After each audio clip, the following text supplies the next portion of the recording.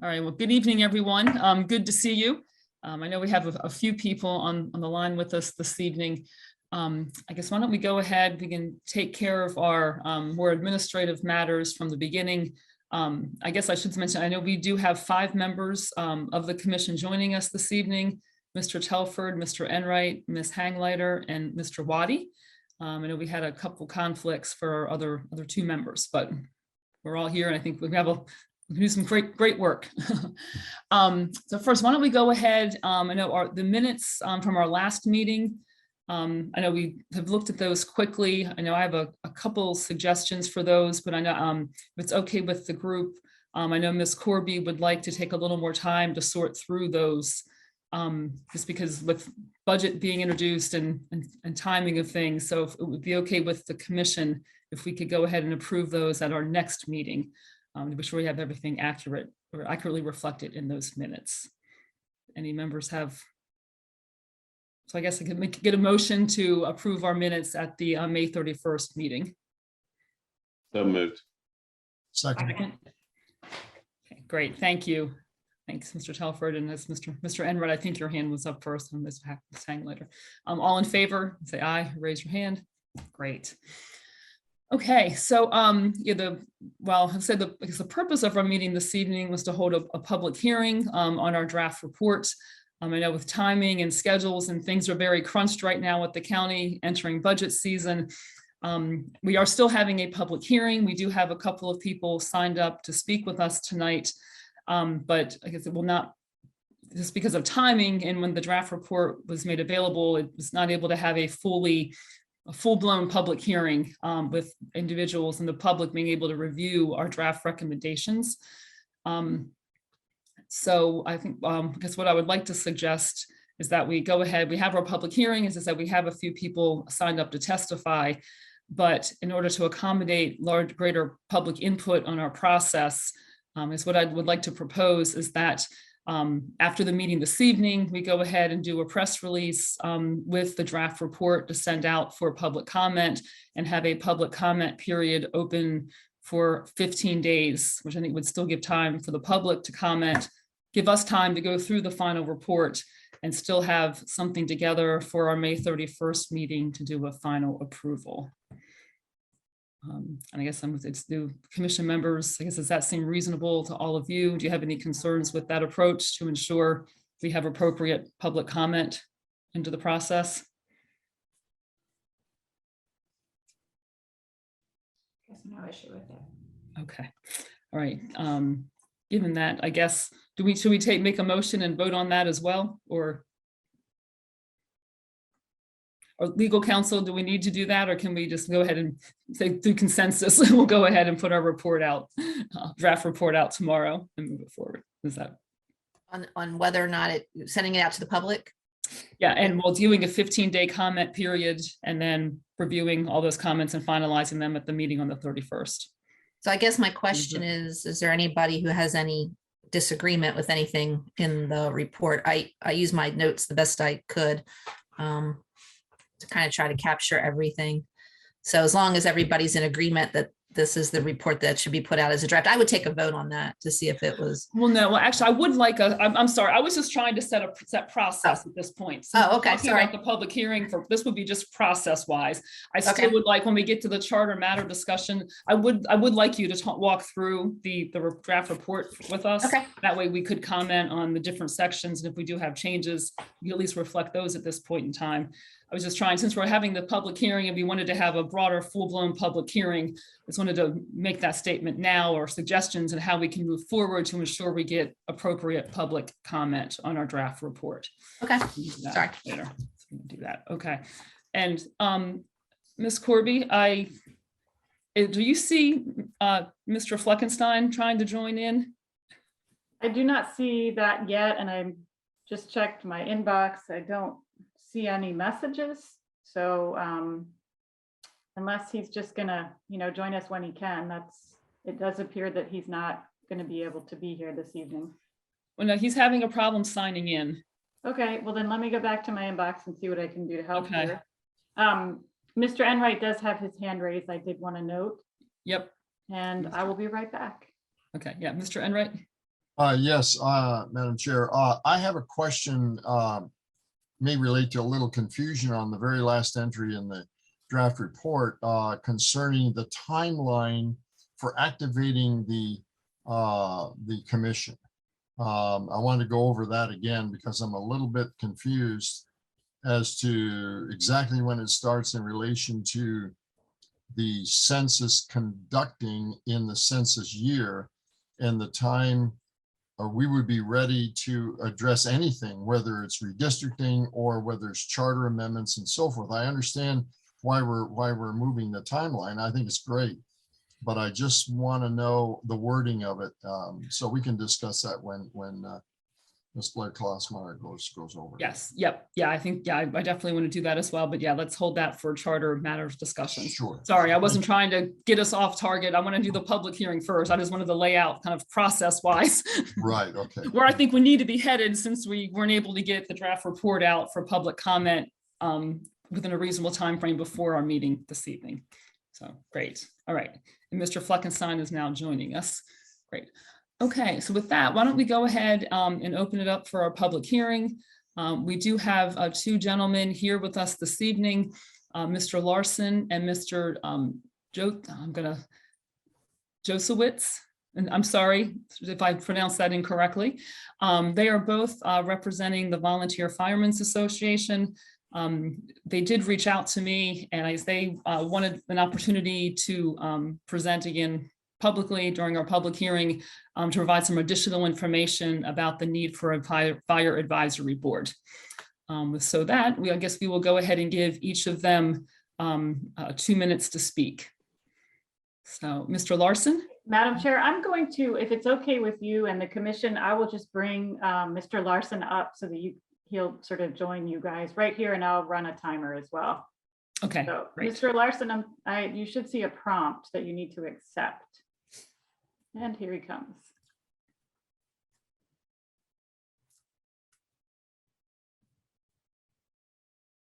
There we are.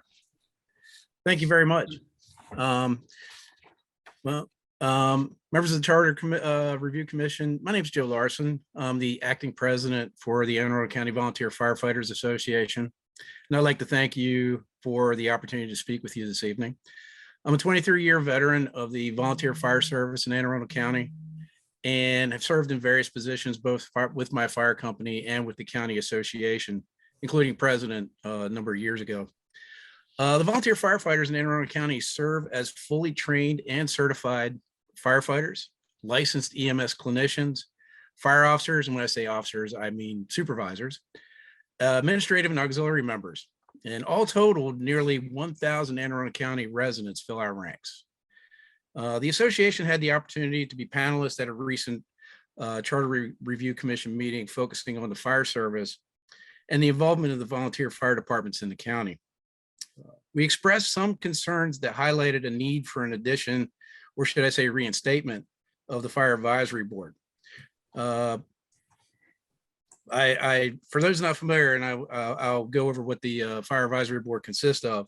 It's made up of 3 citizens from the community, from various parts of the county, 3 representatives from the Volunteer Firefighters Association, 2 representatives from the International Association of Firefighters Local 1563, and 1 career firefighter at the rank of fire battalion chief or deputy chief. The board had the Fire Advisory Board has been in the charter in the past, but was disbanded and moved to county code and has not been active for some years. The volunteers are facing many issues with regard to the policies without the access or ability for arbitration for redress of grievances. Some of those issues were expressed in our last meeting. We believe the Fire Advisory Board, being a neutral body, would be an excellent avenue for all members of the fire department and the communities that we serve to address issues of concern throughout the department. And I'd ask the commission to consider the Volunteer Firefighters Association another opportunity to speak with you and to clarify any concerns you may have. I'd like to thank you for your time and consideration. Thank you. Thank you, Mr. Larson. Okay, Mr. Josowitz. Oh, is he signed up to speak, Laura, or is he? Is that okay? I don't know. Ms. Corby, you're on mute. Sorry, my, sometimes this gets a little glitchy. I accidentally moved Miss Hanglighter to the waiting room, so I am bringing her back. Okay.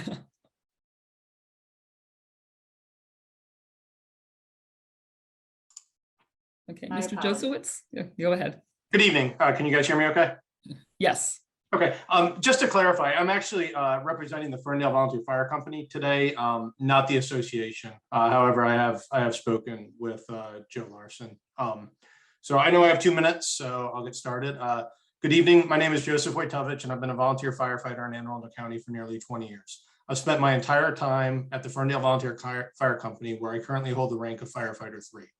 In the past, I have been a board of director. I served 2 years as vice president and 8 years as president. I currently serve as a chair of an advocacy committee that was established to push back against several policies and directives that have caused undue harm to our volunteer organization. Since I only have a couple of minutes to speak, the one thing that I ask of this commission is to award the volunteers in this county another opportunity to speak about the Fire Advisory Board. There is no way that I can justify the need for it during my allotted time, but I will do my best. You'll have a hard time finding a more dedicated person than a volunteer firefighter. The hundreds and hundreds and hundreds of hours that go into training to even begin volunteering are enormous. After all of this training is done, much of it done on evenings and weekends, the hours devoted on a weekly or monthly basis can equal that of a part, and for some people, a full-time job. The dedication to serve by so many is something that we are proud of. As citizens and taxpayers in this county, you may find it troubling to know that the volunteers in this county have little influence on the very policies and directives that we follow. Unlike the union, we have no method to push back against these very policies and directives, even when the intent is to suppress volunteer participation. The only time that we can request arbitration is if we are punished. In the Charter Commission 2 weeks ago, it was stated that without a fire advisory board, it would allow more flexibility for the fire chief to make decisions and solve problems. And that is true. The ease of making these decisions, regardless of the motivations behind them, are why we are asking for a fire advisory board. Every facet of our government has checks and balances, and that is in place for a reason. As a representative of the Ferndale Volunteer Fire Company, I come to tell you that these very directives have crippled the foundation of my firehouse. They have reduced participation, they have reduced our time in service, they have created a gap in coverage in our community, and every effort that we have made to bargain with the fire chief has been met with resistance and deflection. Last fall, we asked the fire chief if we could meet and discuss the impacts of these very directives, and we were told to send an email with what we wanted. We have years of statistical data that shows the consistency from our volunteers, and I can show you the sharp decline in participation directly tied to policies that we have no say over. Unfortunately, even with this compelling data, I have nobody I can share this with to influence these decisions.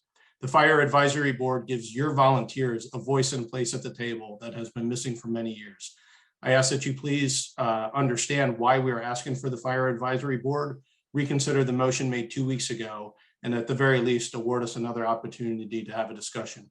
If you would like me to share or substantiate anything that I shared with you tonight at this meeting for your minutes, I would be happy to. Thank you for your time. Great. Thank you, Mr. Wojowicz. Thanks for being with us this evening. Thank you.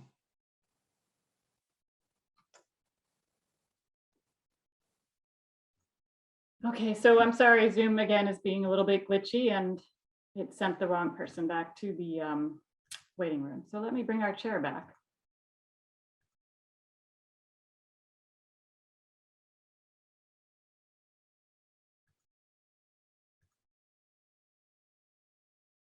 Hold on.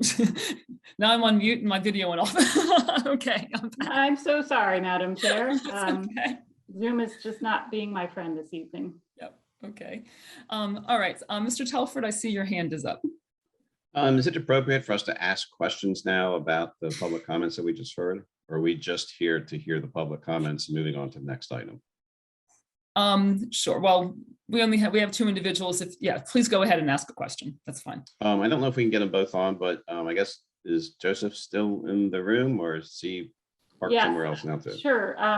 Madam Chair, I think if, well, okay, let me bring both of them forward again.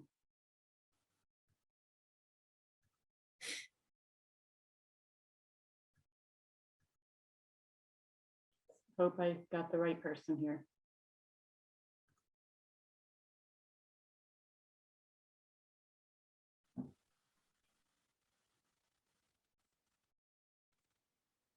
Okay, it appears that both individuals are here again, so. Okay, Larry Telford for questions to either one of the volunteers. When was the Fire Advisory Board disbanded? Why was it disbanded? I guess I want to kind of have a history. We've had a few county executives in a row now.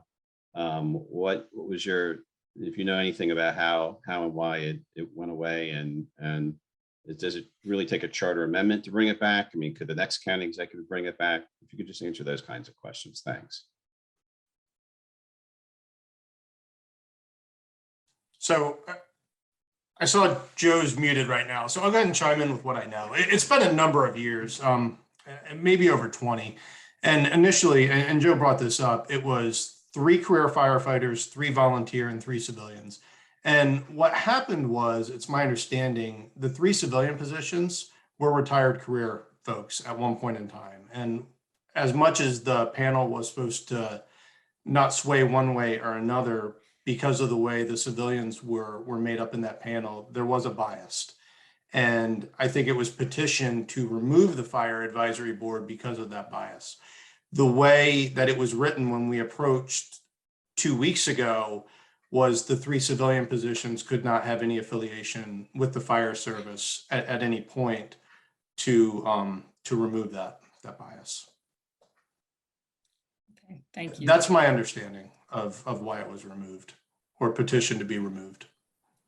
Okay, great. Yeah, and I guess, and just to clarify, I guess I think it's fine that we can ask some questions so we have a better understanding of the issue. But I guess I would like to, when we go through our draft report, I know there's a section on this topic. So I think that's where, if we want to make changes, we can have that discussion there. But I think asking questions for a better understanding is appropriate at this time.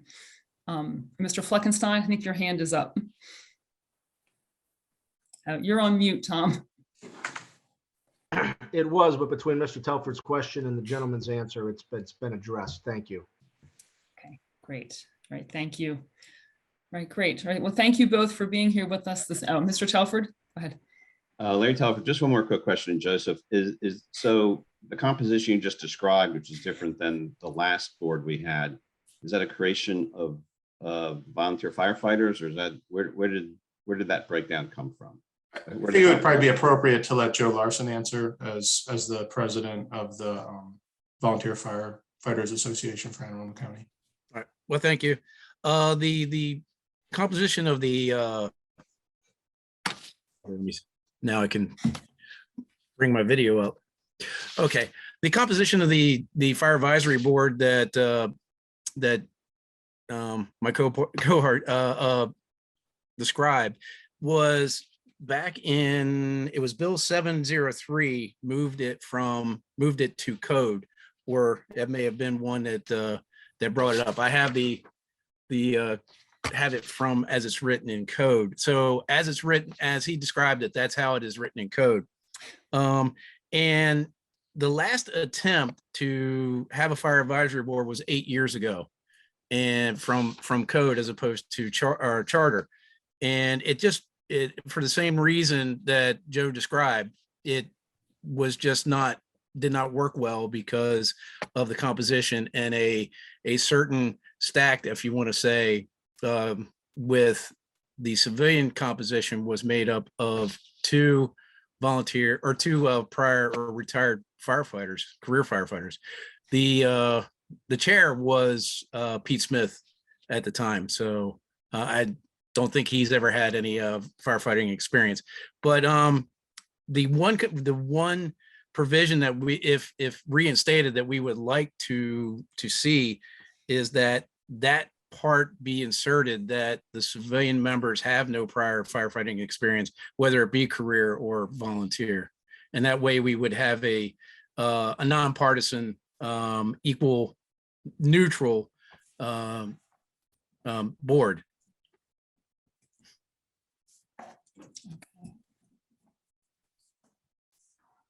Okay, great. All right, thank you, Mr. Larson. Okay, Mr. Waddy? I was just trying to remember if they submitted testimony regarding is there a written testimony regarding this? That the fire advisory board being brought back? I know we have written testimony regarding the other issue about administrative matters, but I'm not sure if we received anything regarding. The This last issue. time we, oh, I apologize. Are you? Go ahead. No. Okay, the last time that we testified, that was the first we had been advised of our ability to testify as a panelist. And so, no, we did not have an opportunity to submit written testimony. Let's just like to see what it is that you're saying in writing. And I think, Ms. Corby, is the testimony still open, or will they be, I guess? Oh, yeah, will- yeah, yes, absolutely. The testimony tool will not be closed until this commission, adjourns permanently. Okay, thank you. Right, and with the issuance of our draft report, I mean, members of the public and Volunteer Firefighters Association, they'll have opportunities to submit additional written testimony to us. So that's a good point. So if there is additional information you'd like to submit in writing, yes, I mean, please go ahead and do so through the testimony tool. Well, thank you. Okay, great. All right, thank you both for being here this evening. Thank you so much.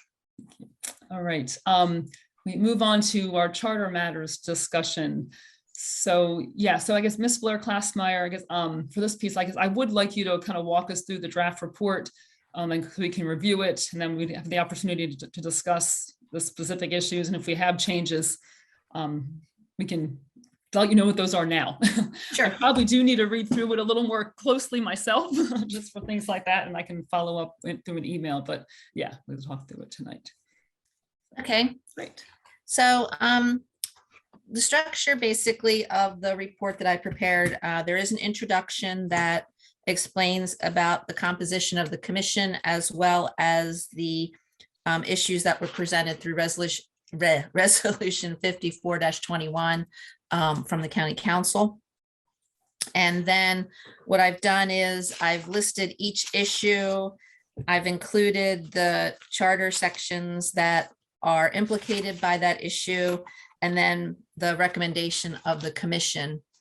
And then for each issue, I've also included a little bit of an explanation, including some background, and then why the commission is making the recommendation that it is making.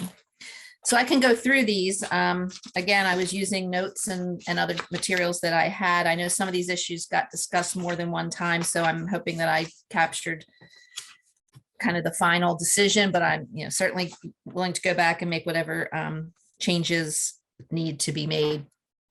So the first issue was examining increasing the number of councilmanic districts, and this would be charter sections 201 and 206. This was an issue that was looked at very early on in your meetings. We provided data from Maryland counties that included total population number, the number of councilmanic districts, and the population in each district, and compared it to the same data for Anne Arundel County. I would include a copy of that chart as part of this report. I did not attach it to this draft, but I can certainly send that out again if you need it. And basically the conclusion was that when compared with other jurisdictions, the per district numbers were as good as, if not better than, most of the other Maryland charter counties. And so therefore there was it was a recommendation that no change be made to the number of districts. So did you want me to stop after each one so you can have a little discussion maybe, or see if there's any discussion? Yes, let's do that. So with issue 1, any comments, clarifications from the commission members on this one? I thought this one was pretty straightforward. So, okay, great. Okay, issue 2. So issue 2 was examining allowing the members of the county council to serve for 3 full consecutive 4-year terms, as opposed to the current 2 full consecutive 4-year terms. There was a recommendation to make that change, but to also note the pension implications. So in looking at this issue, the commission did look at other charter counties. Several have no term limits. Howard and Montgomery have 3. or 2 full terms and part of a 3rd term. Frederick County has a 3-term limit, and the only other county with a 2-term limit is Prince George's County. And all terms for charter counties are 4 years. So the council decided that it should be changed. They felt it was in line with other counties to change it to 3. However, this does raise issues with the pension. The members of the council are members of the employee retirement plan, and there is a 10-year vesting in the plan. So right now with 2 full terms, if there's no other transferred service and they don't serve any part of a 3rd term due to being appointed, et cetera, council members would not vest in the pension plan. They would get their contributions back, but they would not vest in an actual pension payment on retirement, and they would not qualify for retiree health benefits. If they serve 3 full terms, they would hit 10 years, would vest in the pension, and would also be entitled to retiree health benefits. So I think that my recollection of the commission's position was that it didn't affect the decision to recommend the change. However, they did want the council to be aware of that effect on the pension plan. And there is suggested language for Charter Section 203 in Appendix A, and it would be 3 full terms on or after 2026. Because, and the reason it would be 2026 is because this would go into the 2022 election. So the change should be effective as of the next election cycle. Okay. Yep. So I believe this, I was going to ask Mr. Telford. I know this was an issue that you brought up with respect to the pension. So are you comfortable? Do you feel this accurately reflects your position? Yeah, at minimum, my position is that I want the council members to be made aware of it and taken into account. My actual position is I don't think they should qualify, period. But now that I've got the floor for a second for Ms. Blair Klaskmeyer, would a change in 2022 allow current 2-term limited council members to serve a 3rd term? Or is this prospective, or whatever the legal word is, for just the future? Or is that not clear?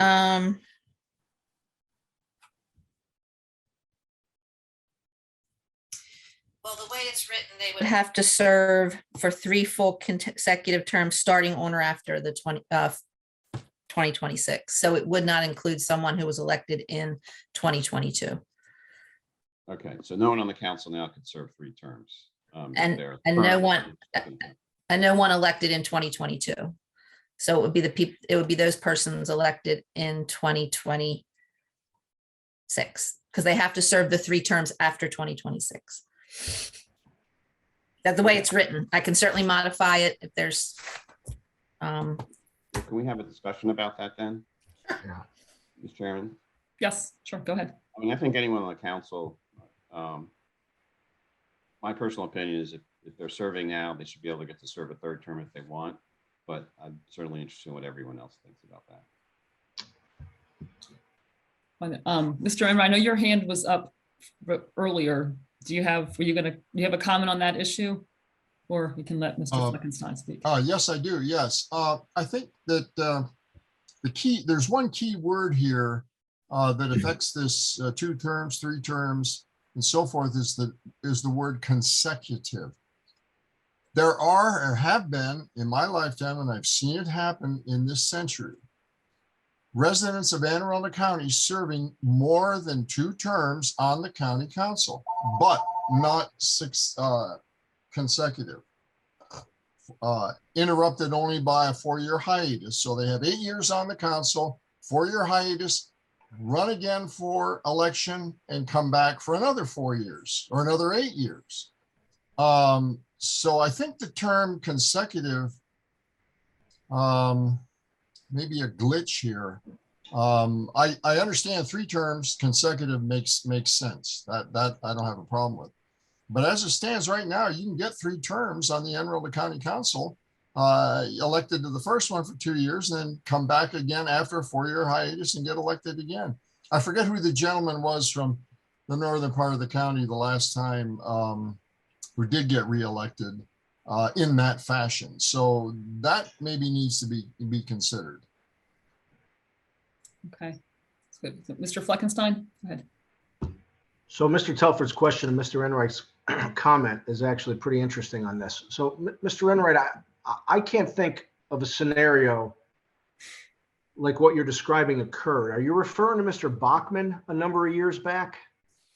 Perhaps? No, I think his name began with an H, and I can't remember. And I don't know if Kathy Vitale did that also.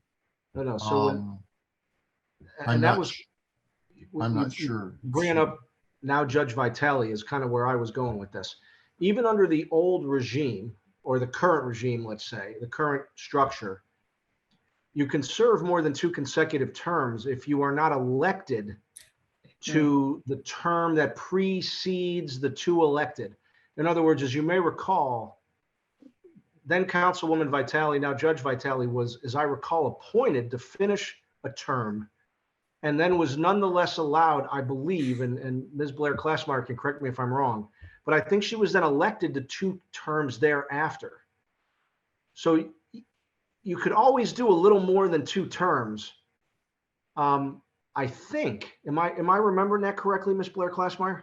That is correct. She actually served almost 3 full terms because she was appointed very early in someone else's first term due to the death of a council member. So, and the way the charter is written, it said you can't succeed yourself if you have served in the office for 2 full consecutive 4-year terms.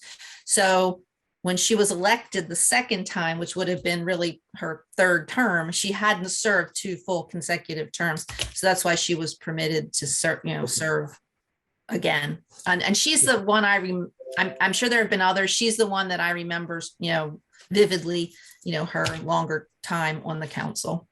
Right, that's the only one that I can remember. But if I'm not mistaken, when we had this discussion, the idea was that prospectively, that we would want to make it clear that council persons could essentially get elected 3 times.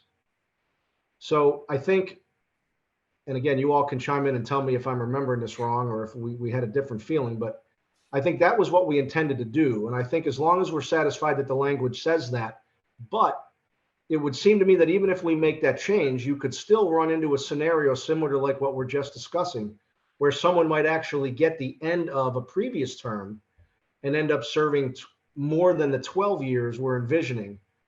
But all of us understanding that that's an unusual scenario. I think we wanted to indicate that in the future, council persons could go and essentially be elected 3 times. Am I mistaken? Did we intend it to apply to the current council? I think you're stating was our intention that a council member can serve for 3 consecutive terms. I don't recall whether we got into the specificity as to whether it would affect the current council or sitting council members or not. So should we have that discussion at this point in time? Yeah, I think we should. Yeah. Okay. Do we want to start with a clean slate? Do we want to, I don't know. Again, I don't know if you all had perhaps considered that. I hadn't thought of it that way until Mr. Telford asked the question and made the comment. And I'm not taking a position one way or the other. That wasn't what I thought, but if it's something that we want to discuss, that potentially, if you're a council person now, that it could potentially mean you could serve an additional term than when you started, I'm open to having that discussion.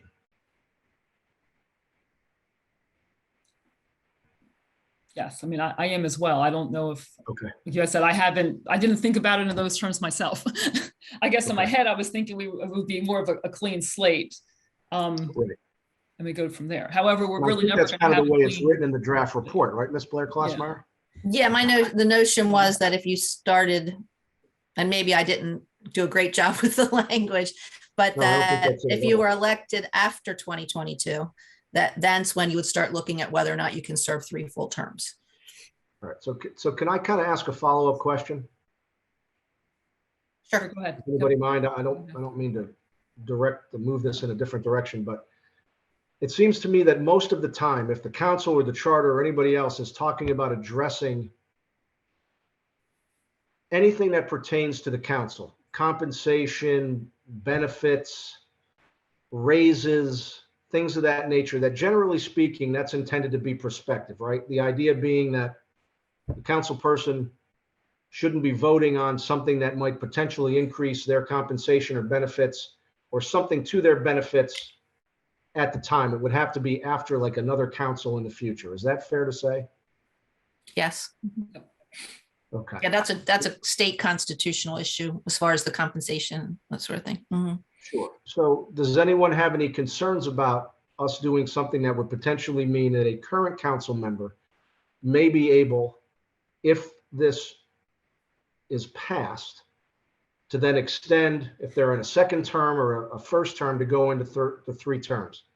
Does anybody have any Well, issue with that? Because I don't think that would be, that wouldn't be prescribed by any of the provisions or laws that you're referencing, right? That's correct, because right now, I mean, a couple months ago, current council members changed the salaries for the next council, elected council. Some of the people on the current council that did that could be on the next council. That's not, what Right. would be prescribed is them changing it for next month, but not for the next council. So I don't think there's an issue that comes up with currently serving members being allowed to serve 3 terms. If that's, I think that was the question.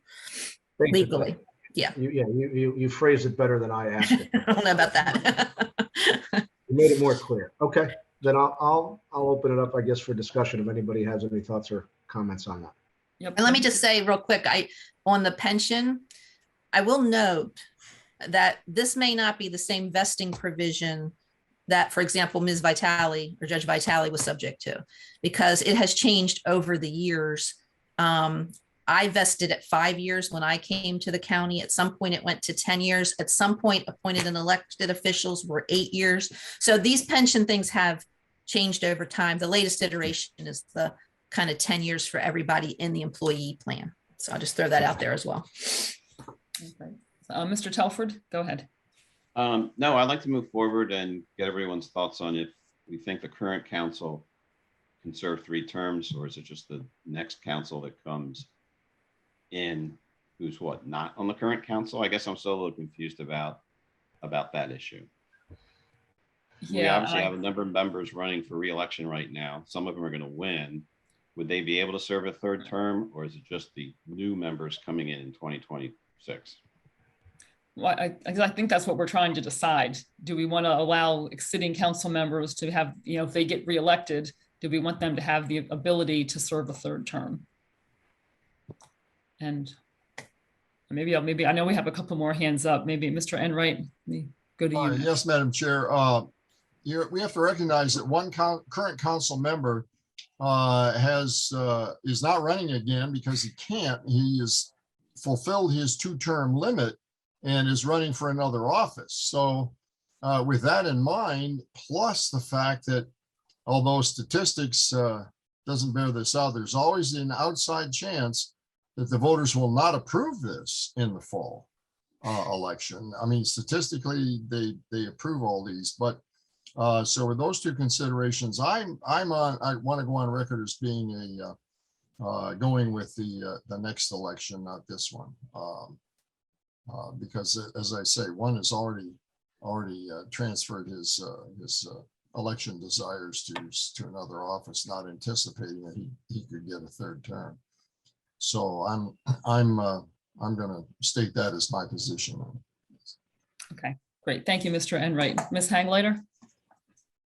Looking for a little bit of clarification and hoping someone can refresh my memory. I know that out of 7 members, 2 are not seeking re-election and 1 is not eligible for re-election because he's already finishing out his 2nd term, correct? So it'd only be 4 members. However, it would be a majority that would be able to pass this and in turn benefit from that 3rd term, correct? If we change it back the other way. 4 current members and then anybody, moving forward after that. Yep. Okay, thank you for the clarification. Okay, and I guess, so Mr. Enright, is your hand back up or is it a lingering hand? Yes, it is. Okay. One must remember that a previously 2-term councilperson is running for election to fill the seat of one of the council persons that is not running for reelection in their district. So here we go with the 4-year hiatus, running for election, not reelection, running for election in a separate set of terms. So again, that just reinforces my my desire to be noted for doing it on the next election, starting on the next election cycle. Okay, now that makes sense. Yeah, I mean, honestly, from my perspective, and not to sound like, I mean, I guess I guess I'm comfortable starting with the next election cycle. I'm not sure I feel really strongly either way, if we say this upcoming election or if we say to 2026. But I think, if we're going to do this and make the recommendation, I guess I would suggest we just say it applies to the next election cycle. And if, individuals, if they are reelected, they, as I know, with most of the members are finishing their first term, they would have the ability to serve a third term if they would choose to do so, I guess. And if the council actually supports the recommendation and wants to include it on the ballot. Comfortable. So Mr. Fleckenstein, your hand is up. Yeah, I mean, I'm listening to you guys and I'm kind of just thinking out loud because everything everybody's saying kind of makes sense to this. If we change it, it's going to be changed by the voters on the ballot in 2022. So it certainly wouldn't apply to the 2022 election, I guess, in any way, right? But if you've got a council person, let's say they're finishing their first term currently, let's say he or she is reelected in 2022, we would be saying that they would then be eligible, should it pass on the ballot in 2022, to seek that third term in 2026. It sounds to me like no one has a real issue with that scenario playing out. Is that fair to say? I mean, Mr. Enright, do I understand you correctly? Yes, But we sir. could also have somebody, let's say they get elected in 2022 or re-elected in 2022, but then they would not be eligible to run again in 2026 if that is their second full 4-year term? Is that a kind of a scenario that's most likely to play out? That's good. That's a good point.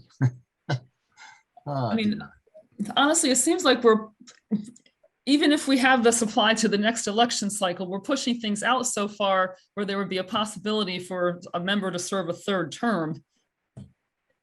It just seems, I don't know, it just seems cleaner that way, really. I mean, otherwise we're saying, no, not until 2026. So we just say it would apply to anyone elected in 2026 or thereafter? Or would we just say, starting with 2026, if you fall into this particular category, maybe you could seek a third term that you couldn't seek now? And if so, then so be it. It is what it is. That's what I was referring to. That seems like the easiest way to clarify that. And I think that's the way it's written. In 2026, you look at how many terms they have served, and if they haven't served 3, then they can run again. So that would mean everybody that was elected in 2022 is kind of in the same boat in moving forward from 2026. But right. But certainly anybody who hasn't served, let's say you've been elected to 2 terms, and then you're defeated or you don't run again, and you decide later on down the road you want to run. And for instance, I think Mr. Enright's point is we have a former council person who served 1 term, who is now running again to go back on the council, but is not serving consecutive terms. I think I don't think the intention would be that somehow someone in that scenario would get sucked into being like that count. Let's say that person were to win again and then were to get reelected in 2026. They could potentially do 3 terms that might begin in 2022, even if they did a prior term that ended in, I don't remember, 2018. Is that what we're saying? yeah, the word consecutive is, I think that's Mr. Enright's point. Right. Okay. There is a word consecutive in there that, you could serve 20 terms if you just kept doing, 1 and skip 1 and do 2 and skip 1. So, or do 3 and skip, 1. So that's his point, is how, is that what, does somebody care about that or want that word removed and it just 3 terms lifetime, or some other number? So I think that's All Mr. Enright's point. Okay, is that correct, Mr. Enright? Yes, that is correct. Okay, all right, I understand. I guess it would be no different. I feel like, Mr. Was it Bert Rice seemed to be there forever. Mr. Bachman seemed to be there forever, maybe, and I don't recall the specifics. I'm not disparaging any of them, but perhaps they did some non-consecutive terms at some point. Do you remember that, Ms. Blair Classmeyer? Am I remembering that correctly? I don't, I'm not that old, but I could go back and look. Nor am I. That's kind of why I don't know the answer, I hope. I do Okay. think, and I'm really, my history background isn't the greatest, but I think there was a president that did that, but I am of the United States, but I can't, I'm Sure. not good enough to know that, but. All right, well, thankfully, we don't have to decide that issue. Okay, I understand, and I appreciate everybody's comments. Thank you. Okay, great. Okay, so everyone, we're comfortable with the 3 full consecutive terms. And I know we have the language down below that we'll get to as we continue to scroll through the report. All right. Okay. So if we're ready to move on, I put issues 3, 4, and 5 together in the report. 3 is the salary and retirement benefit, examining the salary and retirement benefits, which is Charter Section 204. And then I also cite sections of the county code relating to the Salary Standards Commission. Issue 4 is considering whether the county council members should be considered full-time. And there's no corresponding charter section for that. And then the issue 5 was evaluate if members were full-time, whether they should be allowed to maintain secondary employment. Again, there was no corresponding charter section, but I do cite to the county ethics law in that regard. So the recommendation that I have is that there was no change other than a modification to Charter Section 204 to remove an outdated reference to the dollar amount of council member salaries. And then I give initially the history of why there is even a number in there, which is $2,100 per year. The state later enacted a section of the local government article, which provides for the establishment by ordinance of a commission to recommend compensation and allowances for members of a county legislative body. The county did in fact do that. By ordinance, they created the Salary Standards Commission, and that's section 3-9-101 of the county code.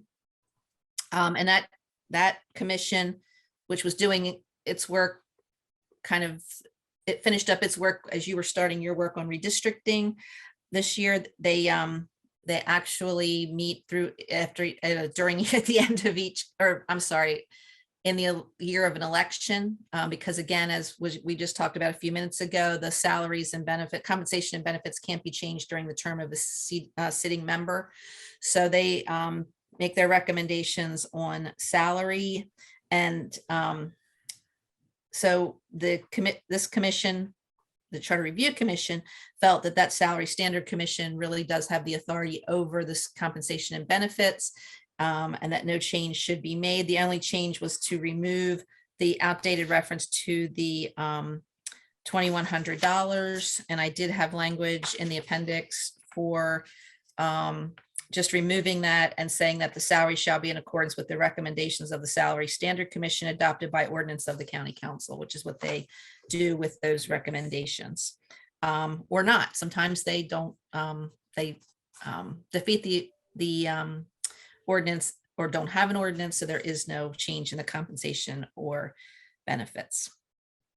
The other issue was the full-time position. There's nothing in the charter that addresses that. However, the framers of the charter noted that members will not devote full-time to their duties. Of course, that was back in 1965.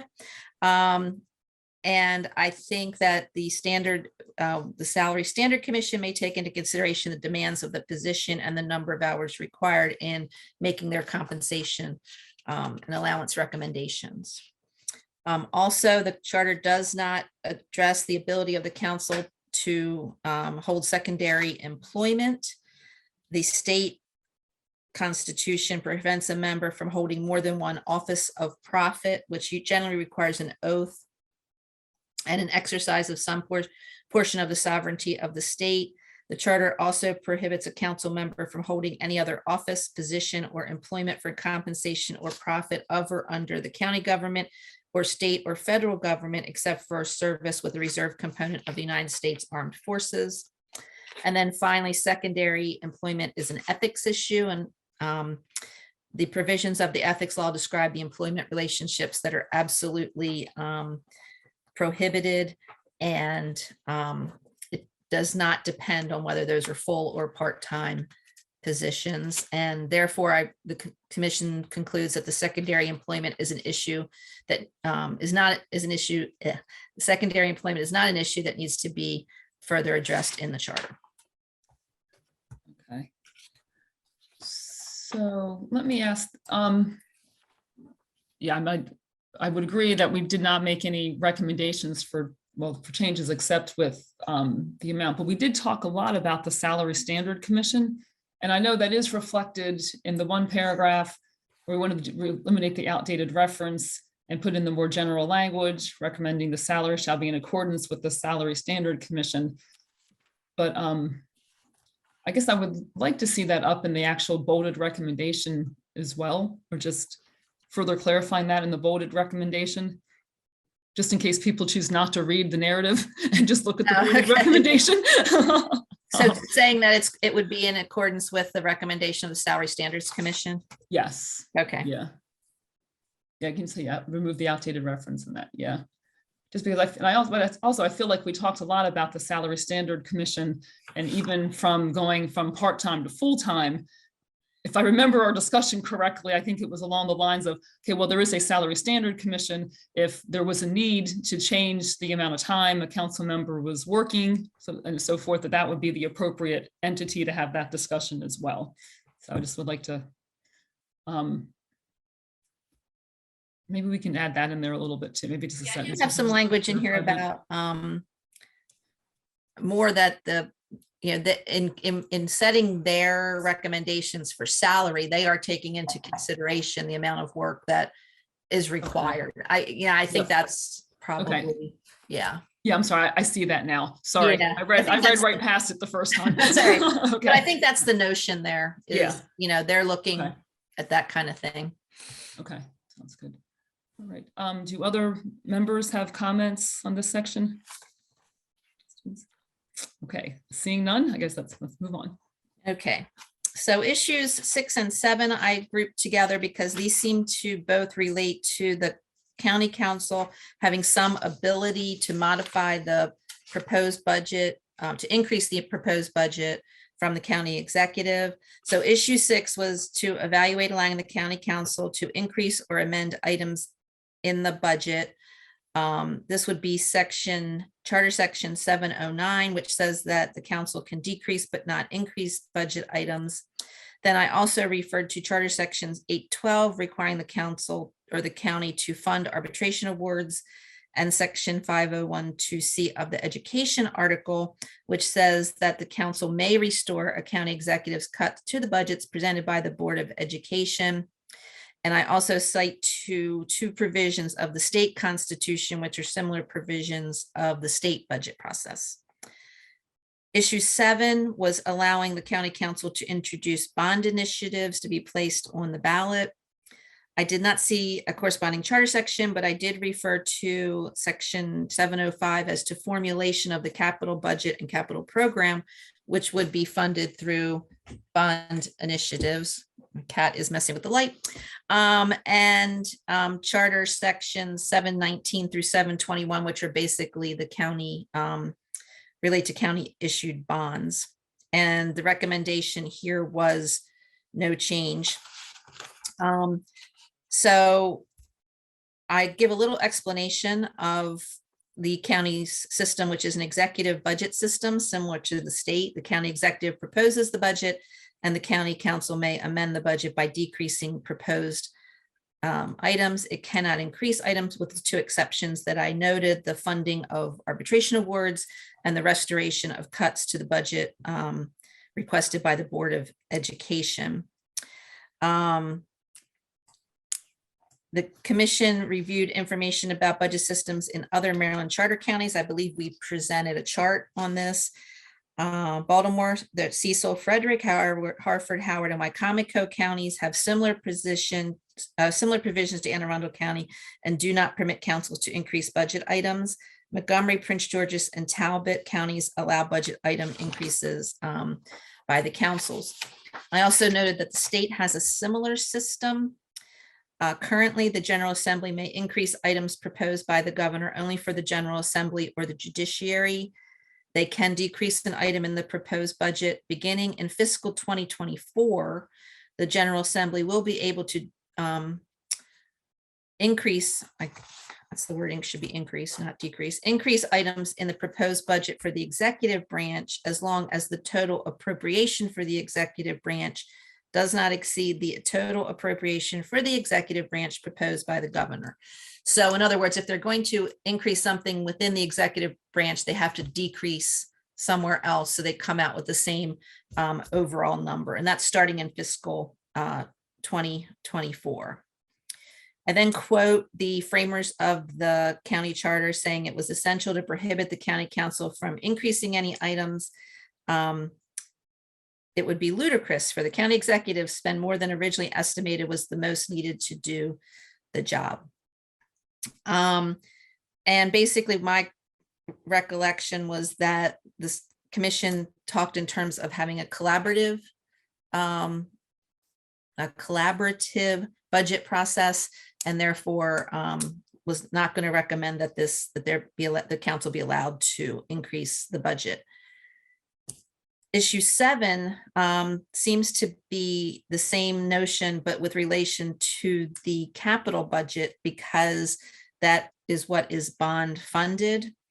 I point out the kind of complexities of the bonding process, which bond counsel, I've worked with him for years. I understand every fourth word and I just nod and say, very good. But anyway, there's a lot of process that goes through not only capital projects, but the actual bonding and the borrowing, meeting borrowing limitations and things like that.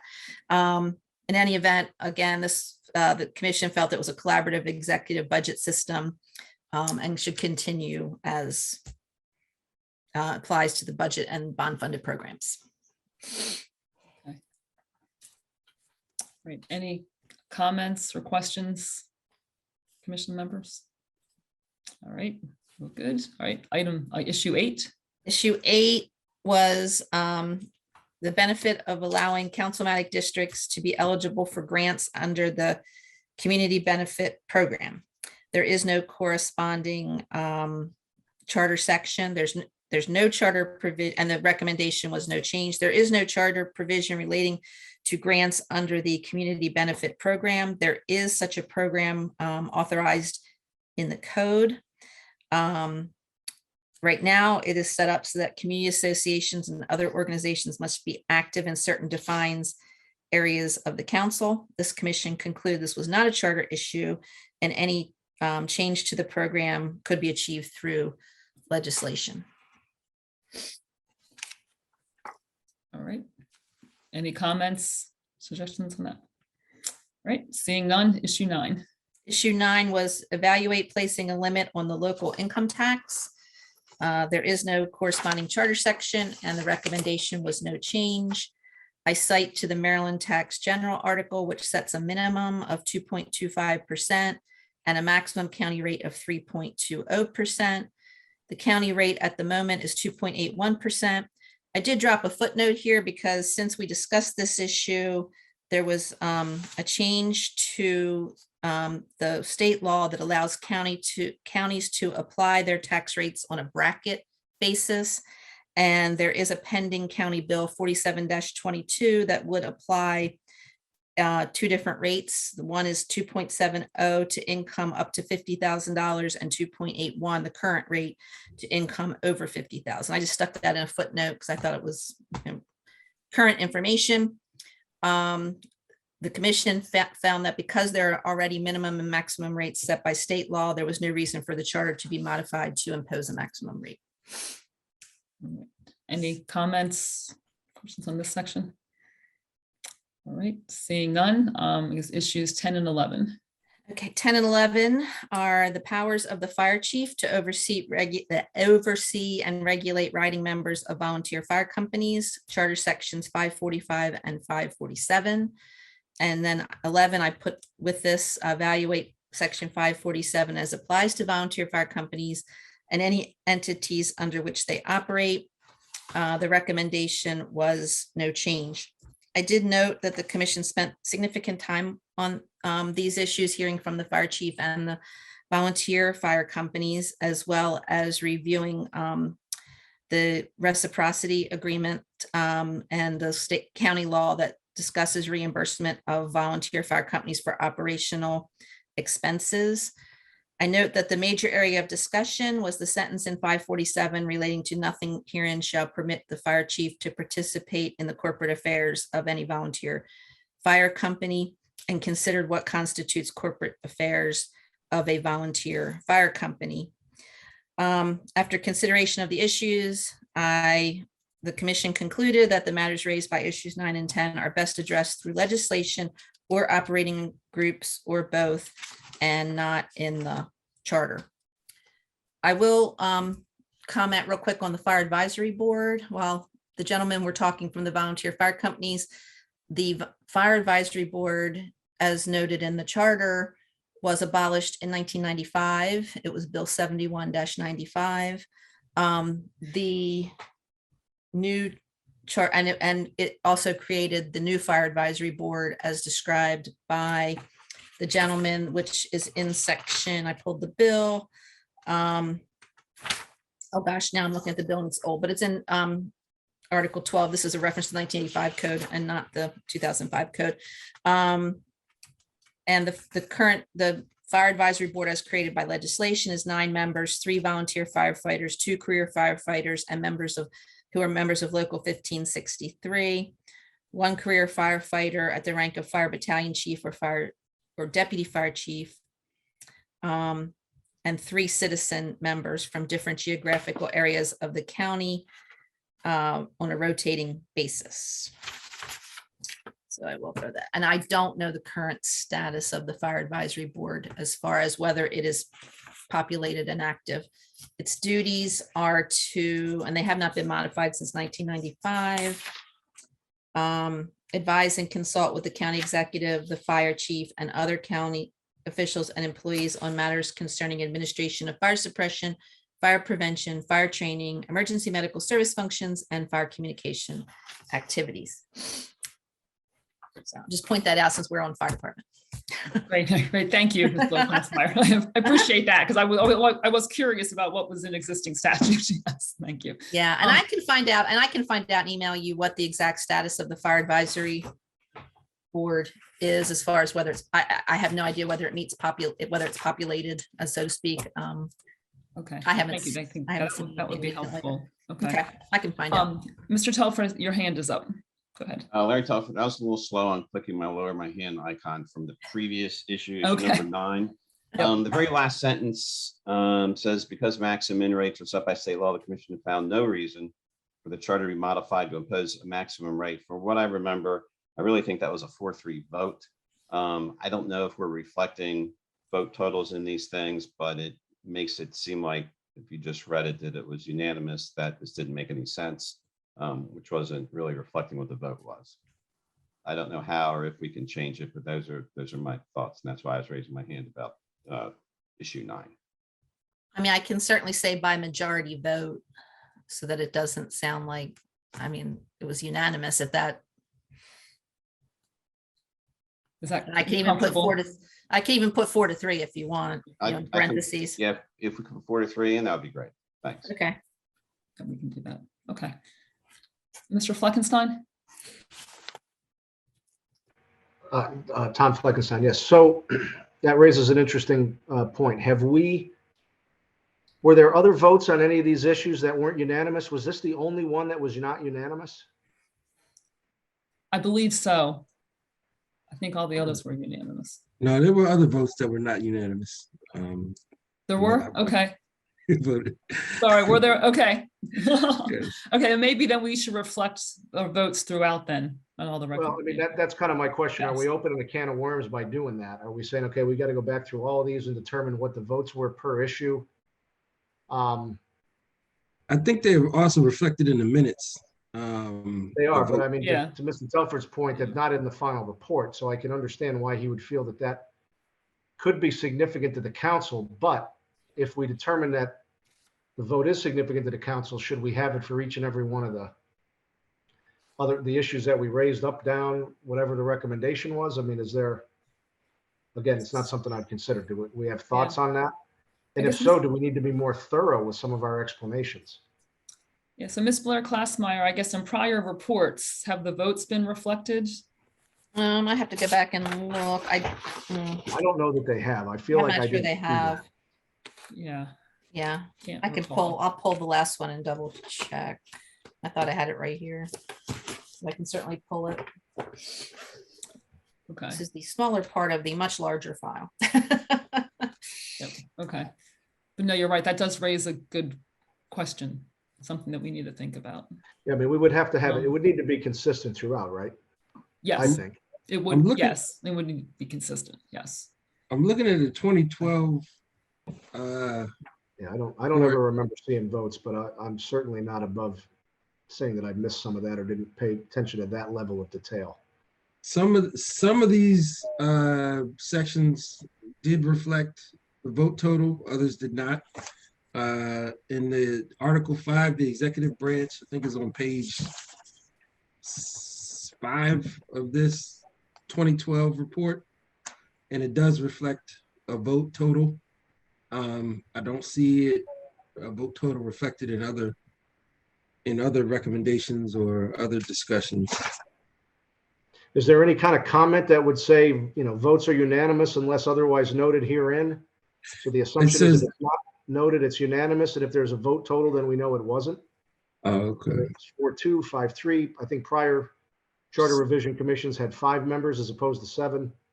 So in That's regards to the one that I'm mentioning on planning commissions, it says after consideration of Mr. Tom's presentation and public comment, the commission voted 4-0-1, Green absent, against recommending the creation of a planning commission. There was another section that I just saw on transfers between major categories. The commission voted 2-2-1, Cook and Enright opposed, Green absent, not to recommend approval for transfers between major categories. And then it gives the explanation. However, Mr. Green noted later in the same meeting that he would have voted in favor of requiring the county council approval of transfers. Vote was to be retaken at a future meeting, but no new vote occurred. So. Yeah, I'm seeing like 5 or 6 instances where there's actually vote totals, but it's not every one of the issues. Well, I guess I mean, we really haven't taken that many votes, and a number of the issues we combined together. So, I mean, maybe we can Ms. Blair Klassmeyer, could we just add a sentence? Because if the commission agrees, we can add a sentence as to what the vote was on each of these items? Yeah, I can go back through the minutes and get that. Or do we just want to add them if they weren't unanimous? But if we're going to put some of the vote total in, perhaps we should have more detail as to what the discussion was, what the commission had to say, so that there's a little more guidance. In other words, and the one that Mr. Telford raises is a good example, right? We had a lot of discussion on that, a lot of different information. I think that was the closest vote we had. And Yes. so perhaps it would make sense to add a little bit more into what it was that our commission had to consider before we place the vote. Maybe that makes a difference to the council. I don't know. Mm-hmm. In other words, for instance, in the draft report there, it doesn't make, and everything that you've got there is correct. Those are things we considered. Those are things we discussed. But for instance, one of the other things that we did consider was where Anne Arundel County stood relative to other counties and how low we were comparatively to other counties. And so perhaps that's a level of detail that if we're going to indicate to the council, hey, this was a close vote, this was 4-3, maybe we should add some more of those things that we considered so that they're aware of that. Okay. Yeah, I think that makes. Okay, I can go back and do Yep. that. Okay. I'll also point out that there was a minority report decision, page or two, attached to the Salary Standards Commission report. So if anybody, really had a strong feeling on something that they voted against, I don't think anything would stop that from also being filed. I'll just throw that out there. So. You mean filed and included in the report, or filed in some other separate It capacity? was, I believe it was included with the report when it was submitted to the council. So like, kind of like a dissenting opinion? Like a dissenting opinion. That was kind of like what it was. Yes. Again, why people hate lawyers, but. Okay. I'm not even sure the dissenter was a lawyer, come to think of it, but. I understood. Probably better if he or she weren't, but be that as it may. All right, thank you. I appreciate it. Yep. Sure. And I guess I would also suggest or say, as members, as we go back through and read through the report, if there are specific comments or things we would like to see in that report, I guess is it easier to have them filtered through me, so you would get them from one person, Ms. Blair Klausmeyer? Would you Probably, like to handle it that way? So yeah, if you probably. see things, because I know I want to go back through and read it through in more detail myself. But yeah, so if you have comments or things you'd like to see reflected, just shoot them to me in an email and I can send them on to Ms. Blair Klausmeyer. One of the other things I can do, and because I tried not to just make this be a repeat of the minutes, is I can put something in the introduction, because I do have to go back and fill in all the meeting dates. I can certainly say that minutes are available, where on the council's website. I think that's where they're posted. Laura can help me exactly with what the exact language is. Kind of reference them that way. I do believe that you could do an appendix, maybe. You could do a number of appendices, and one could be all of the meeting minutes. Minutes, yeah, that might be a good idea. That way it's there historically for everybody to see. Yeah. However, I would say, I think our meeting minutes, capture kind of broad discussions. They don't go into a lot of specific detail in some cases. And that's more in the video. But, Yeah. But yeah, if um, anybody has specific comments, just, pass them along. Yep. Okay, sounds good. Yep, send them to me. I'll send them on. Great. Okay, so then back on issues 10 and 11. 10 and 11. Yep. Yep. And I know in our meeting last time, the Fire Advisory Board did come up as part of our discussion. I don't think we really focused on that specifically. I know there were comments. I know I made some comments about that, suggesting that really having the Fire Advisory Board and specifying the membership and the responsibilities and duties, putting something like that in a charter that's reviewed every 10 years could be very restrictive, and having something like that in statute may make more sense. And I honestly, I think I still think that's the case, that having that structure being in statute is a better place for it versus something that, as I said, is going to tie the hands of both sides. I think volunteers, if they're not happy with something in the charter, they need to wait for 10 years to change it, versus the fire chiefs. I think you have that on both sides. I know it sounds like we are going to be getting some additional information on this item from the gentleman that spoke with us this evening. But I guess at the very least, at this point, what I'd like to propose, and I know the report does mention that these issues are better addressed best through legislation or operating agreements. I guess I'm thinking that's something that we could flush out a little bit more. So I think what we were saying more specifically was that we felt that there should be a structure put in place in the county and the valley, that they should be, a process to look at these issues in more detail, to kind of hash them out, and whether we want to say something in here about things that should be considered, under the Fire Advisory Board or the membership of the Fire Advisory Board. I throw that out for commission members for your thoughts and discussion. But I think at the very least, I guess I would like to flush that recommendation out a little bit more, to provide a little more context in terms of, we're not recommending changes here, but we do think there should be more of a process put in place to better evaluate these issues for potential changes through statutory changes or reciprocity agreements, or something along those lines. It's because I do still feel that, especially with the advisory board being disbanded so long ago, but also just, these issues get complicated, and I feel like I don't know if I have enough information at this time myself to make a very informed decision about something like this being in the charter. And I feel like it's an issue that needs to be looked at and examined much more closely to try to resolve it. I think that obviously there are issues here that there are concerns that they need to be discussed, but not sure if it's for the charter. But as I said, I'd throw that out to the group. I know we will be getting some additional written comments, it sounds like, from the gentleman this evening. And if you guys would like to see those, before finalizing that, I believe our vote at the last meeting was unanimous not to make changes in this section, but I see we have a couple of hands up for further discussions. And Mr. Telford, please go ahead. Larry Telford, question for Ms. Blair Klassmeyer. If the Fire Advisory Board were to be reconstituted, whatever the phrase is, how would that go about? Well, it currently exists. I mean, there's currently a structure in the code. It's slightly different than what's in the charter. The one that was abolished had 5 members, 3 volunteers, 1 paid firefighter, and 1 member appointed by the county executive. Currently, in the code, it is 3 volunteers, 3 career firefighters, plus a battalion chief or deputy chief, and then 3 citizens. And if I understood the comments of the gentleman earlier, part of their issue is that maybe some of these at some point when there was a fire advisory board under the code as opposed to the charter, some of those 3 civilians were actually either retired firefighters or had some relationship to firefighting.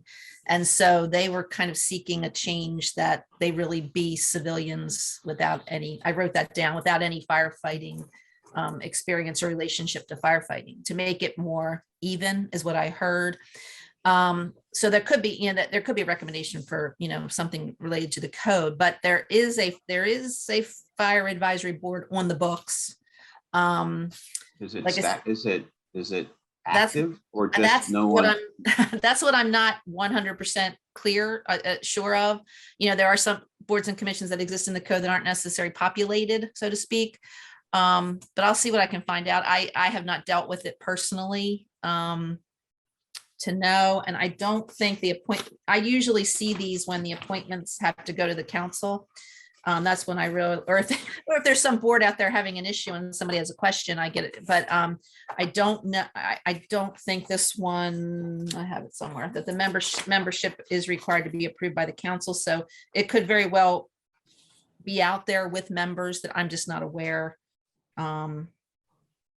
Yeah, everybody's appointed by the county. The civilian members are appointed by the county executive. So I probably would not see that come through my office necessarily, but I can check to see somewhere here. I would be interested in this commission expressing the view that we should take a look at this dormant advisory board again and see if it makes sense for it to get reinstated, if I'm understanding what the issue is with it right now. So those are my thoughts on it. Okay, Ms. Hanglater. Ms. Glassmeyer, could you mention where that was found in the code at this point again for me? Oh, I'm sorry. Yeah, it's in the public safety article. So it's 12-1-401. Okay, I just wanted to look up a little bit more clarification on it to see who exactly is the fire advisory board reporting back to, if it was actually being used at this point. Who are they reporting back to? They are required to advise the county executive, the fire chief, and other county officials and employees on matters concerning administration of fire suppression, fire prevention, fire training, EMS functions, and fire communications. And that language is basically the same as what's in the charter section 546. The same thing. It was have the power and duty to advise and consult with the county executive, the fire chief, and other county officials on matters concerning administration of fire suppression, fire prevention, fire training, and fire communications. So it looks like the codified section took that language directly from the charter. It does look like they also had a function in relating to assisting with providing recommendations on a new fire chief when that position was vacant. So my concern here would just be that I don't know, even if we put it back in, and I think it's a great idea, you know, that's what these boards are for. But if they are turning around and reporting back to the county executive, who is the same person who appointed the fire chief, and then the county council really doesn't have much say in this type of thing. You know, this is more along the lines of the reciprocity agreement of what most of the concerns that were brought up last time. They wouldn't really be a code issue. So I understand and I agree with the desire to have it, but I also don't know if there's a possibility of making it more truly a balanced operation. Yeah, and I think that was kind of along the lines of my thought, that we wouldn't recommend a change to the charter necessarily. Our recommendation could be requesting that the county work with the volunteer fire companies to examine these issues, and maybe even if we want to say specifically, you know, looking at membership or the items that are discussed, or you know, better clarifying reciprocity agreements or something along those lines. I absolutely think the volunteers should have the opportunity to be heard. I mean, if we're talking 1,000 people, I'm from an area where we do, the volunteer fire department does own the fire department. And by all means, if people want to volunteer, I think that's a wonderful thing. But I just don't know that the system that we have in place for us to reinstate a system that we already know didn't really work that well. I think the whole system of how the fire advisory board is being presented needs to be reassessed before we just say, let's add it back in. Mm-hmm. Right. So the major differences between the charter section and the code are the composition, number one, and then their duties are the same, other than the fact that the one under the charter does make some recommendations with respect to fire chief if the position's vacant. That seems to, I just want to kind of summarize what the differences are. But under both provisions, they just report to the county executive, fire chief, and other county departments. Okay, I guess then why don't we do this? Obviously, we want to see some changes here and how this is reflected in our report. And Mr. Klassmeyer is going to send us some additional information. We're going to get some more information from the gentleman who spoke this evening. And maybe this is something, well, based on what Ms. Hangletter just said and a few others, maybe we can kind of recraft this language and have something proposed for our next meeting for discussion to be finalized. Does that work for everybody? All right, let's do that. Okay, great. All right, moving on then to issue 12. Oh, sorry. Issue 12 was evaluating the benefit of authorizing a local fire tax for funding the fire department. There is no corresponding section, but I did refer to Charter section 718, which deals with county composition and limitation of county funds and levies. So there is no charter provision relating to a fire tax.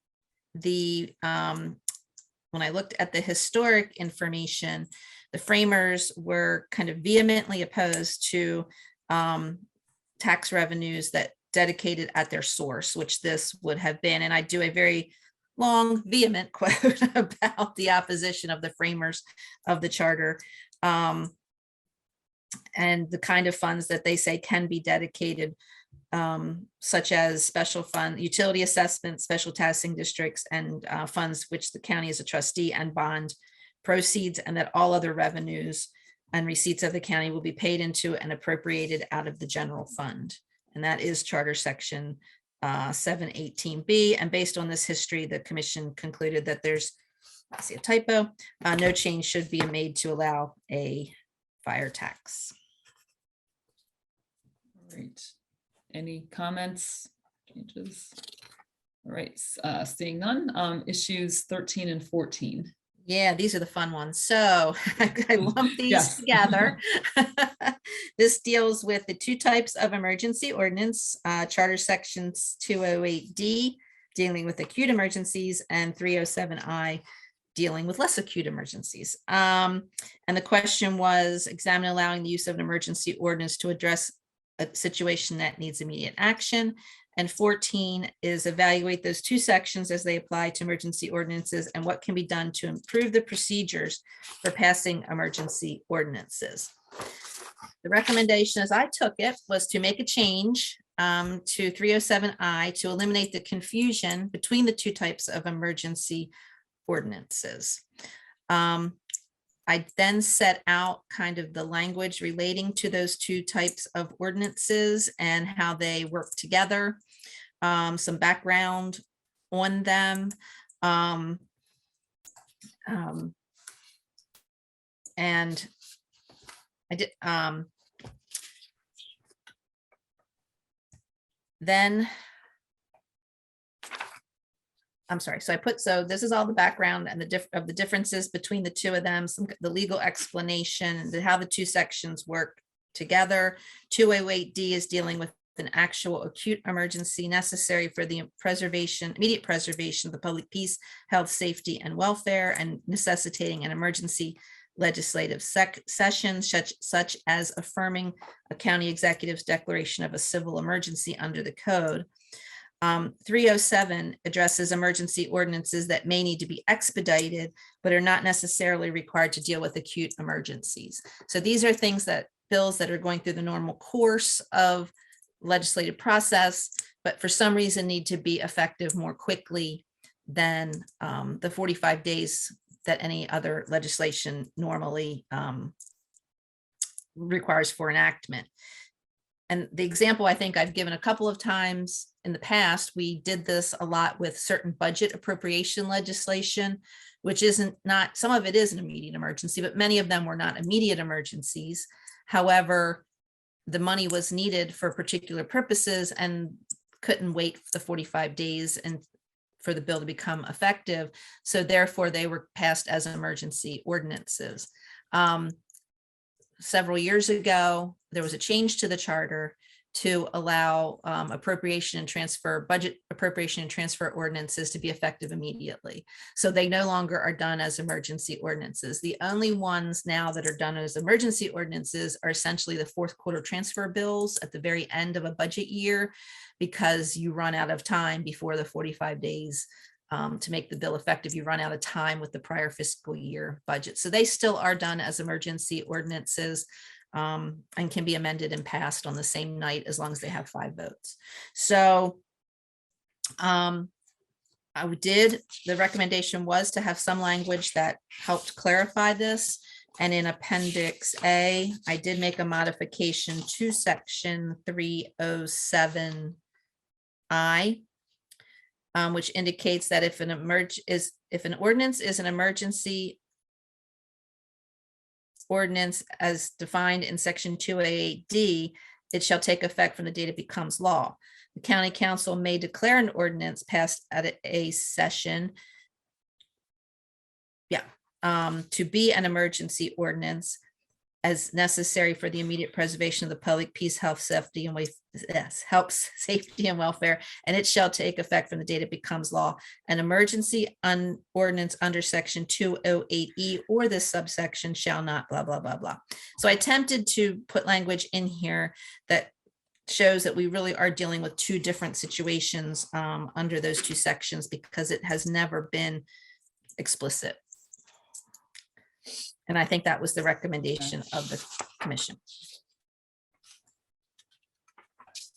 Okay. Yeah, this is one that I probably need to go back and read through a little more closely. Yes. Sounds complicated. But I guess in general, do commission members have any comments? And I welcome any other suggestions for language in the charter to help everybody that reads the charter, and not just me, understand how this works. Because Because someday I'm going to retire and somebody else is going to have to read this. Hope you're training them well. That's not true. You can't ever leave now, Laura. Never, never. You have the institutional knowledge, yes. This I is know. yours. It's and yours scary. It alone. gets, suddenly you're that person that has the institutional knowledge. That's very scary. All right. That's what you get for doing a good job. Shame on Thank you. you.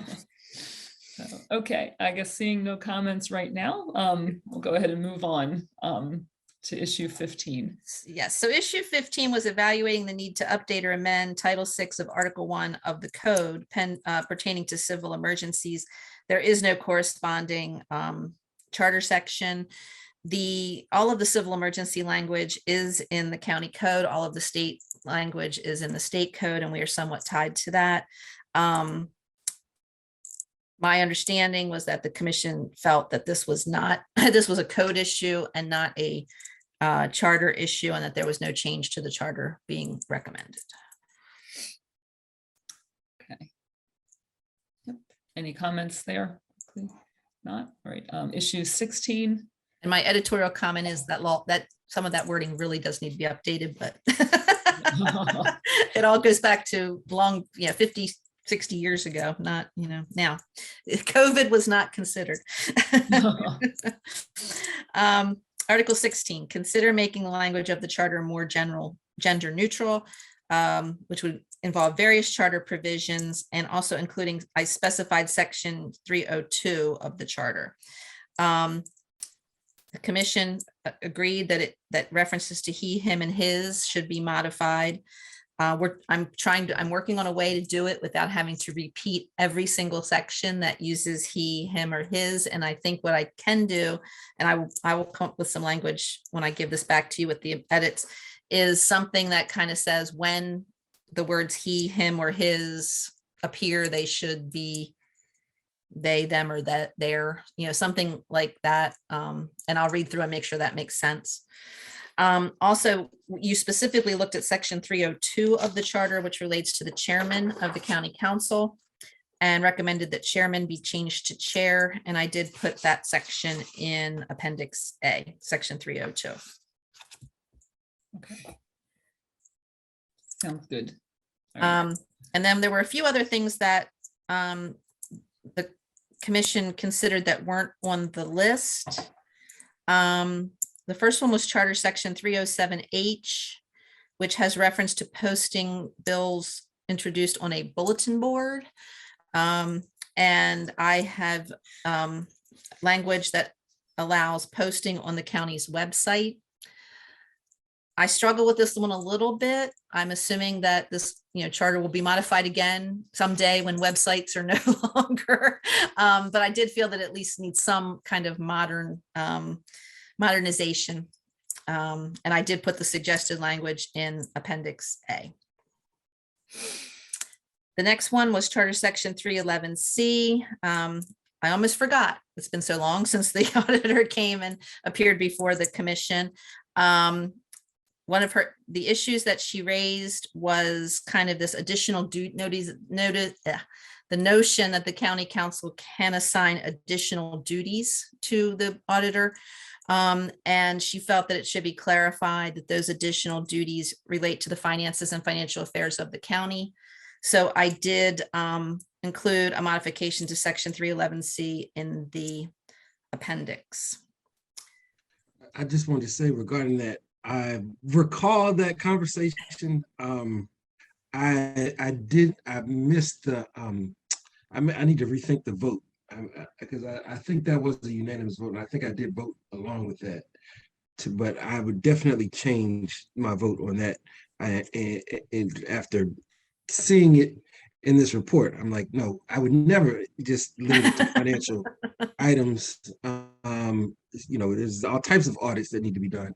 Performance audits, and there's IT audits, and so I didn't consider that in the initial vote when we had that discussion, and so I would definitely rethink that vote, and I'll look forward to expressing a little bit more of that in a dissenting or supplemental opinion, I guess. Thank you. Okay. Or is it appropriate when we're approving the final report that we pull this item out specifically and we vote this item? That way it can be accurately reflected in the report that Mr. Waddy is voting no at that time. Is that appropriate? I mean, unless you want to have a dissenting report on other items, I don't know. Maybe you do. I do. I want the budget increase. I also definitely love for the county council to increase the budget. To give me a raise? No. Heck, yeah, give you a raise. You specifically. But yeah, definitely. There's other items I definitely wanted to comment on. I think we talked about the term limits. That was something where I know I was I think I was the only dissenting vote in regards to that. And so there was just other items, yes. Okay, but with that, I guess my question, but if we are going to be including language in the report to specify what the votes were, and we have the minutes attached in the appendix, it'll be, people will know where your vote fell. Yeah, but they won't know why, because I didn't say anything. So, there's I would love to help flesh out a little bit more of why I would say why I would do something. Saying so. Okay, gotcha. All right, Mr. Fleckenstein, see your hand. No, I think I'll wait and see what the other drafts say before I comment. I don't want to. Okay. I'm good for now. Okay. All right. All right. Charter section 1202. Yeah, this is the one that actually relates to the appointment of the Charter Review Commission and ties the timing. I think we started the meeting kind of talking about this a little bit, to the publication of the census data and the issue that we faced with the 2020 census when the information wasn't released until later in 2021. And so we looked at what the commission looked at what the various counties do. Many counties do tie it to the census itself and not to the publication of the data. And so therefore the recommendation would be to tie the appointment of the commission to the census itself. And I suggest there's suggested language in Appendix A that would result in the commission being appointed on or before the first day of the county's annual legislative session, which is generally May 1st, depending on how it falls on the calendar, in a census year. And then I also noted there was consideration whether there should be two separate commissions, one for redistricting and one for charter revision. We did provide, the Office of Law did provide some other county charter provisions that deal with two separate commissions. And my understanding was that this commission concluded there should be no recommendation to change it to two separate commissions. And then the final issue was public campaign finance. I think this was also very early on in your meetings. There had been a charter amendment proposed to add a public campaign finance as permitted under the election law article of the state code. The commission decided that that because that resolution was recently defeated, it would not be recommending to create such a system at this time. So, so back on section 1202, Oh, sorry. when we begin our work, I know there was quite a bit of discussion back and forth, and we were going through the language. And honestly, now I can't remember specifically what we were debating and what we needed additional information on. But I know Mr. Enright had some comments on this section. So maybe Mr. Enright, go ahead. Maybe I can try to refresh my memory. Yeah, now that I understand that the start of the council is in May, it sort of allays my fears of having, starting in January of the decennial year the census is taken. For example, the next one would be 2030. and working on, say, just charter amendments until the census is published. Now, I know we had a snit this year about the census, delaying and publishing it, and that's very valid concern. So I don't have any objection to starting it on the 1st of May of the census year. So that would be starting on May 1st, 2030 would be the next one. And that should be sufficient time to wobble either way between redistricting and charter amendments, depending upon the issuance of the final census report for Anne Arundel County. In having said that, the other thing I would recommend is changing the title of section 1202, Decennial Charter Revision Commission, to Decennial Redistricting and Charter Revision Commission. So it reflects both duties. There's nothing in there that reflects both duties. I know it's a simple housekeeping change, but I think it reflects the importance of this commission, because it has two very, very critical duties. Okay. I think I'm comfortable with that change.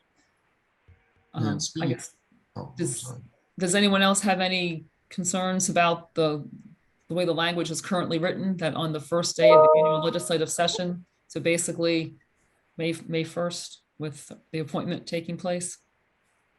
No, I think that's pretty much what we intended when we debated it, right? Mm-hmm. I believe so, yes. But I don't have any strong objection to the language change or the title change of the commission that Mr. Enright suggests. Okay. All right. Okay, great. Well, as I said, I know Ms. Blair-Klassmer, I know you'll be still continuing to make tweaks. I think all of us probably want to read through this a little more carefully for potential changes we may want to make. As we said, if there is additional information you'd like to include to more accurately reflect the conversations that took place during our meetings, please send that to me, and I will get that on to Ms. Blair-Klassmeyer so she can then give us a final draft report to review before our next meeting. Any changes I make, I'll redline Okay. and try to get at least the ones that are arising out of this meeting back pretty quickly. Great, thank you. And Mr. Enright, is your hand back up? You're on mute, sir. yes, it is, okay, Madam Chair. Since I'm on a housekeeping toot, if I could ask a recommendation of on the title page and on the introduction, paragraph 2, next to the last line, if you would remove the K from my first name, I'd be excited. Oh, sorry. Okay. On the title page and on that introduction. Other than that. Was it right in the resolution? Yes, correct. Yes, it is correct. And there's no K okay. on the end. I must have not done, I must have read it too quickly. Sorry about that. That's okay. It happens all the time. I've actually had them add an IA on the end. Well, okay, well, that's a little different. You cannot imagine the imaginative ways that people come up to spell Lori. So I do appreciate your, I feel your pain. Yeah. Or pronounce my name. Actually, yeah, there's all different ways. Hey, try Fleckenstein. Yeah. You don't want to hear it. And it just made me think I should probably check the spelling of my name. But that also said, I would point out, I'm glad Mr. Enright brought this up. I do think there's a couple places throughout where we list all the people on the commission. I do think it's probably appropriate to identify Mr. Snow as the vice chair. A couple places I didn't see that. We properly recognize Ms. Mansfield as chair, so I think it's only right we throw that in if it's not a big deal to add that change. I agree. No, yep, makes sense. Yep. Okay. Great. All right. Guess that. Oops. Where is that? My next thing. Oh crap. So I clicked the wrong screen. All right. So that then takes us into other business. And as I was saying earlier, as I started in the meeting, probably somewhat confusingly, since we were not able to have a full public hearing on the draft report, I think what I suggest that we do is go ahead, hopefully maybe tomorrow, Ms. Corby, we'll be able to do a press release with the draft report that we just walked through to get that out to members of the public, get it posted to the website, so members of the public would have a chance to review it and provide comments to us. If we give them 15 days, what does that take us to? I think it's the 25th or the 26th, maybe. Let me look at the calendar again. If we get it out tomorrow. Yeah.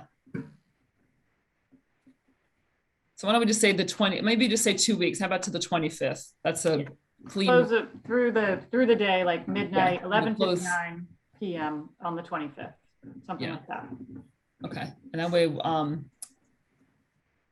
be able to take those comments into consideration at our final meeting on May 31st to finalize our report. I just felt, since, want to definitely give members of the public the opportunity to review this before it's finalized and sent on. So the other item I had. I just wanted to say one more thing. We did, I know we had a period where I requested the administration bring a EEO officer and diversity, equity, inclusion officer as well to discuss adding an amendment around equity issues. And because I know that that's been something, the model, I've been reading about model charters recently and the role of charter commissions. And I wanted to be able to, just wanted to lift that up and put that into the charter, into the draft report to make sure that that was something that we did have a brief discussion on, probably about as much time as we spent on some of the other issues that were secondary to the primary issues. But we did talk about adding an equity related provision, whether it's all encompassing or within each particular section of the charter. It was a discussion that we had. I didn't provide any model language, which I failed to do. I definitely should have done that. So, but I wanted to make sure that that was mentioned within our draft report, our final report. I don't know. Okay. I guess, Mr. Wada, would you feel comfortable? I know Ms. Blair-Klassmeyer was going to flush out the introduction a little bit more about the meetings and topics of discussions and things like that, that we could reflect it in that part of the report. I was thinking towards the end, but in that section about other issues that we talked about, it's. Okay, but that I have to read the introduction a little bit more thoroughly to see where it might. Okay, well, I think that, yeah, you're probably not going to see that in the you're not going to see that in the introduction right now. I think that's what Ms. Blair-Klassmeyer mentioned, like flushing out in a little bit more detail. But I guess I'm just, because the section that you're referring to is actually where we're making recommendations. Or we could. Okay. We'll figure it out. Yep. Of that. Okay. I guess in that such, we could, well, under other comments, I guess we could put another comment. Okay. All right. Yeah, other comments and recommendations. Okay. That's good. All right. Okay. And then I guess the other item I have for other business, I know when we talked the last time, we were discussing having our meetings virtually. But I did think, especially with all of us being available to meet on the 31st, wanted to gauge your interest. Maybe if we did do an in-person meeting, I guess I'm assuming we'll be talking through the final report and doing the final vote, that it hopefully wouldn't take too long, but if we would all like to get together in person to maybe at least have a little celebration to, kind of wish each other well. It was great working with everybody, but also just to kind of congratulate ourselves a little bit for finishing our task. Anyone feel all good? I see heads shaking. Okay. Everyone comfortable with that? I guess I was going to ask Mr. Snow. I know he has some conflicts sometimes and wasn't sure if he might be able to come a little bit early maybe we could do it beforehand, or is there some flexibility in your schedules? I see Mr. Waddy is smiling. But how about I'll check with him to see if that's maybe a date that has a I'm little thinking more about, flexibility. Huh? I was thinking about something totally different about Ms. Blair Klausmeyer and providing an appropriation for Ms. Blair Klausmeyer for continuing her Okay. significant contribution to this, but I mean, that's part of the charter, is that there's the council, we can request from the council an additional appropriation.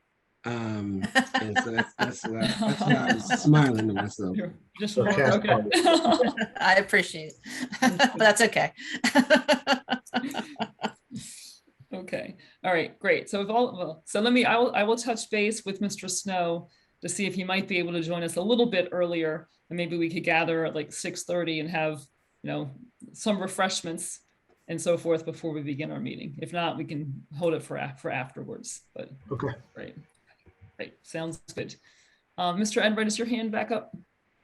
Yes, Madam Chair, it is. I don't know if this is the appropriate time of the meeting, but following Mr. Waddy's comments, I have one that I would like to insert in the record as a recommendation for the county council to consider. I'm not sure at this time if it's really relevant, but the state rarely or never gives up power. And they did give up power when they allowed Anne Arundel County to have an elected board of education. That to me was very significant. And already we've had a unanticipated vacancy back in 2021, where the council was required to come up with a method to fill that vacancy, and they did, and it worked, and it wasn't challenged. And I would like to see them consider perhaps embedding this now elected Board of Education in the charter at some point.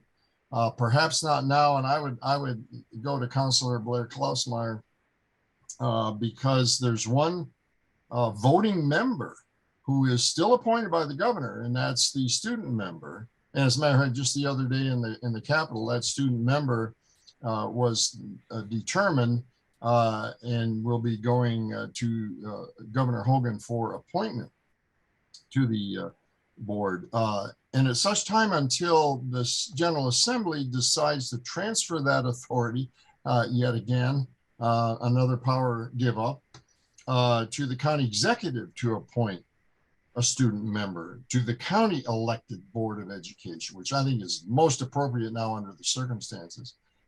I'd like to have a statement in there recommending to the county council to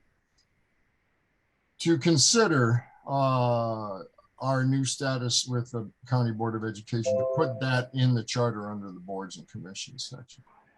So I just wanted to go on the record recommending that. I don't know if it's appropriate now because of the student member, voting student members still appointed by the governor, if that'd be allowed, or if that'd be a usurpation of of state power. But anyway, I just thought I wanted to put that out there on the record, and maybe as a recommendation at the end of the report to the county council. Okay, I guess discussing it for the first time. I will say that my gut reaction is telling me, and just knowing that the school board discussions that took place in the General Assembly when they were going to make changes to an elected school board, it's really ugly. And I guess I'm kind of a little hesitant to. Well, that's why I mentioned something like that in the charter.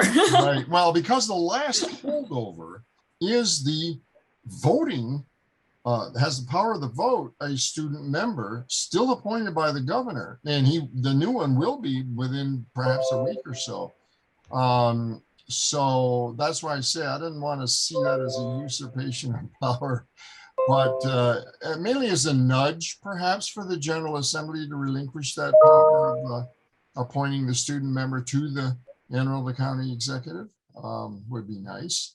and that would complete the circle, and there would be no problem with the General Assembly after that. So anyway, something like that to anticipate, the county council anticipating a move like that. I know I'm going to lobby my delegates after the election next session to do that, to do just that, to allow the county executive and Arundel County to appoint the voting student member. So I'm on the record for that too. Let me ask, I know I see a couple maybe more perplexed faces. And maybe, I'm not sure, Ms. Blair-Klassmeyer, if you had some comments more from a I legal guess perspective. yeah, I mean, I hope I'm understanding the issue, but I